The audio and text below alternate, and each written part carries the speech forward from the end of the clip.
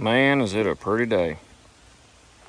So, this is mostly what we packed in our bulk food packing class. I gave away 2 buckets to some individuals that helped, and so I put 2 old buckets. For those of you that have been buying Lowe's buckets for a long time, you know the gray ones have some age on them. So those came out of storage for this little experiment. And man, I should have done the math beforehand, but if you figure a pound a day of food per person, then they hold about 30 pounds a bucket, 25. 6, 7, 8, 9, 11, 12. So that is 2 years worth of food for one single person. And give or take a little bit. And of course, divide it by your amount of family members. And people often say, I don't have any place to put this stuff. Okay, well, I don't really have a place to put it either. So where we do have to put it is out. It's full. Make sure my bucket lids are down all the way. So other people like Viking Preparedness, all that kind of stuff, they just pack it outside in barrels under tarps. So it gets pretty hot where we're at, and I have this insulation for a job and to do the barn. So I'm gonna try something. I'm gonna pack this stuff. That should help keep the summer heat down. I'm not worried about the cold. I'm gonna pack it up. I'm gonna cover it with a tarp. I wish I had a plastic pallet to put it on, but all I had is a wooden one right now. And I'd rather have all that sitting in the edge of the wood, the edge of the yard. It would probably make a mouse nest, but you could conceal it with hay bales for all you homesteaders that have critters. Lots of different ways you could do it, but I'd a whole lot rather have 2 years worth of food that mice may or may not get in, squirrels may or may not get in, than not have it. So chances of squirrels eating all that, pretty slim. Chance of mice messing it up, pretty slim. So I'm hedging my bets, and I think this will work. All right, one more little clip. Got it wrapped in the insulation. Get a little better on evening up on this side.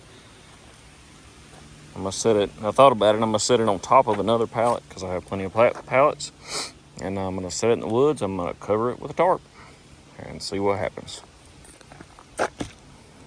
Better to do something than to do nothing.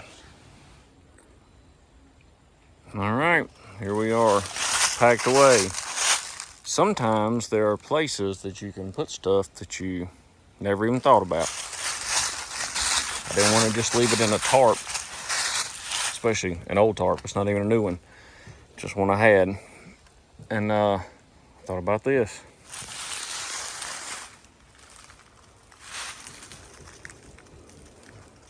Basically in the middle of nowhere. And it's off the X. And it's on the way to one of our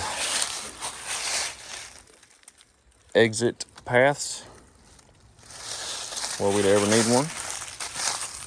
Will we get mice in it? Of course it will. It's a dry, relatively warm place. Of course there'll be mice in it. Will they get through the buckets and through the mylar and all that? Yeah, probably not. But if they do, I'll let you know. I'll check it in the spring and we'll see what happens. There you go. Look for resourceful options. Maybe some things that you're not thinking about. All right, another little video clip. Got the rabbits winterized. Of course, I'll make a door for this when it gets real cold.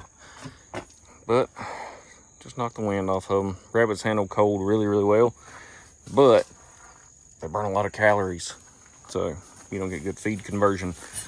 So we'll then close it up. I might actually have to open that up to let a little bit of heat out, actually. And here's the other one. Just put up the enclosure kit. Let that vent open. And that one. And the door will stay open most of the time. I say, not really so much for warmth, just knock the wind off of them. And I still got to empty out all the quail pens. I don't even know if I put that on camera. So all the breeder cages are empty. Still have to clean the poop pans out. It was cold here last week, but it's actually pretty warm right now. So let's go down here.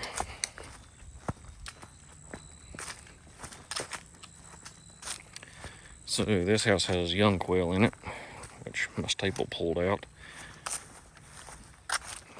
So I closed it up on the bottoms. I don't know if you can see them in there. Probably not.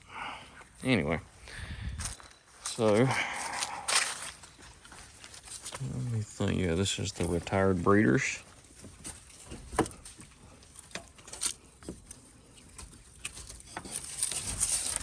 Let them enjoy retirement for a little while, and ultimately they'll end up going to freezer camp, and the young ones that are in the upper house are going to be our overwintering breeders.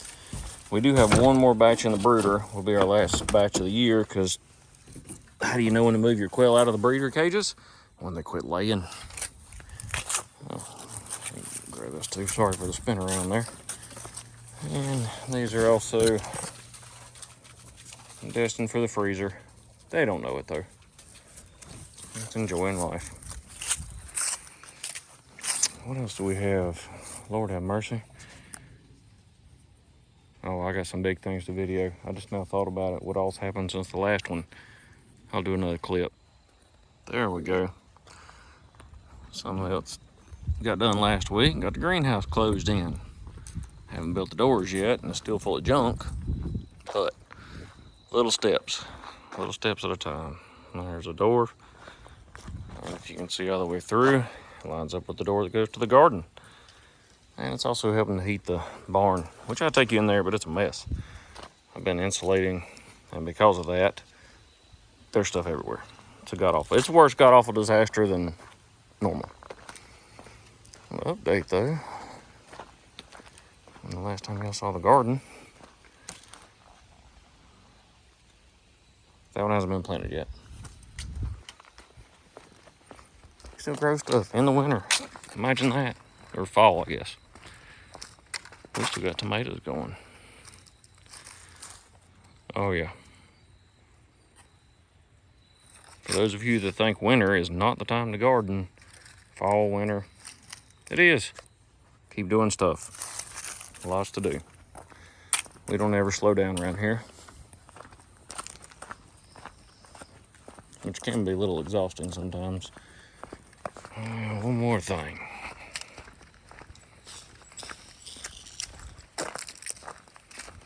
So we've been losing pressure in our tire on the tractor. The little one, which is the main one we use for the stuff, damn valve stem broke. Yep. Never thought to keep extra valve stems around. Gonna have to do that. All right. One more thing, but I have to go up the hill to show you it.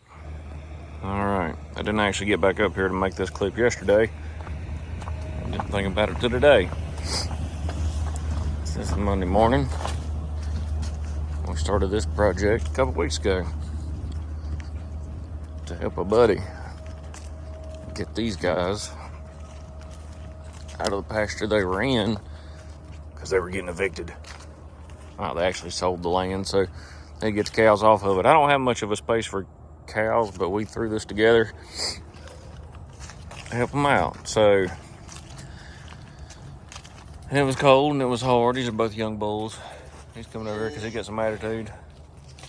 That guy right there. And yes, it's a mess because all that stuff was in there. Old garden spot. Pig ain't out this morning. Another addition that we got to put in with her as a breeder is that guy.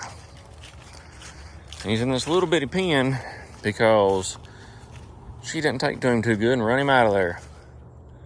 Because he's about 100 pounds and she's 4. So she ran that poor little rascal all over the place and run him out of the pig fence, which ain't much because she grew up in it. It don't have to take much to keep her in. But anyway, so we herded him back in here and got him corralled up and let him put some size on and expand his fence out so they can talk through the fence, maybe get to know each other a little bit. But hear a lot of people making up a lot of excuses of why they ain't getting stuff done. Most of it's because they're sitting on their phones and not working, not moving forward. They're just watching people like me get stuff done. Quit doing that. Get off your butt. Make something happen. You're letting life pass you by.